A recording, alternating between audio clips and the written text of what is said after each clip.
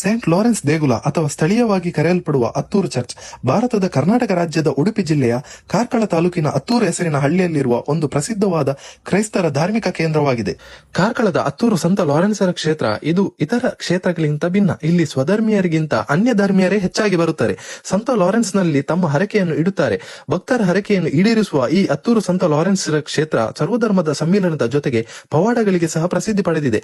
August 1, 2016 Catholic pop ಆಗಿರುವ pop Francis ಅವರು ಈ ಕ್ಷೇತ್ರವನ್ನು ಮೈನರ್ ಬಸಿಲಿಕಾ ಎಂದು ಘೋಷಿಸಿದ್ದರು. ಮೈನರ್ ಬಸಿಲಿಕಾ ಎಂದರೆ ಪವಿತ್ರ ಕಿರಿಯ ಮಹಾದೇವಾಲಯ ಎಂದರ್ಥ. ಬೆಂಗಳೂರಿನ ಶಿವಾಜಿನಗರದಲ್ಲಿರುವ ಸಂತ ಮೇರಿಯ ಚರ್ಚ್ ಬಿಟ್ಟರೆ ಬಸಿಲಿಕಾ ಮಾನ್ಯತೆ ಪಡೆದ ರಾಜ್ಯದ 2ನೇ ಚರ್ಚ್ ಅತ್ತೂರು ಚರ್ಚ್ ಆಗಿದೆ.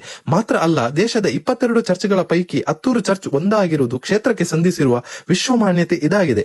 ಒಂದು ಚರ್ಚ್ ಬೆಸಿಲಿಕಾ ಅಥವಾ ಪವಿತ್ರ ಕಿರಿಯ ಮಹಾದೇವಾಲಯ ಎಂಬ ವಿಶ್ವ ಮಾನ್ಯತೆ ಸಿಗಬೇಕಾದರೆ ಕೆಲವು ಮಾನದಂಡಗಳಿವೆ. ಚರ್ಚ್ ಅತ್ಯಂತ ಕಲಾತ್ಮಕವಾಗಿರಬೇಕು, ದೊಡ್ಡದಾದ ಇತಿಹಾಸ ಇರಬೇಕು, ಸಹಸ್ರಾರು ಭಕ್ತರನ್ನು ಆಕರ್ಷಿಸುವ ಪವಾಡ ಕ್ಷೇತ್ರವಾಗಿರಬೇಕು, ಪರಮ ಪವಿತ್ರ ಬಲಿಪೂಜೆ, ಧಾರ್ಮಿಕ ವಿಧಿವಿಧಾನಗಳು ಶಾಸ್ತ್ರೋಕ್ತವಾಗಿ ನಡೆಯಬೇಕು. ಹೀಗೆ ಹಲವು ಮಾನದಂಡಗಳಿವೆ.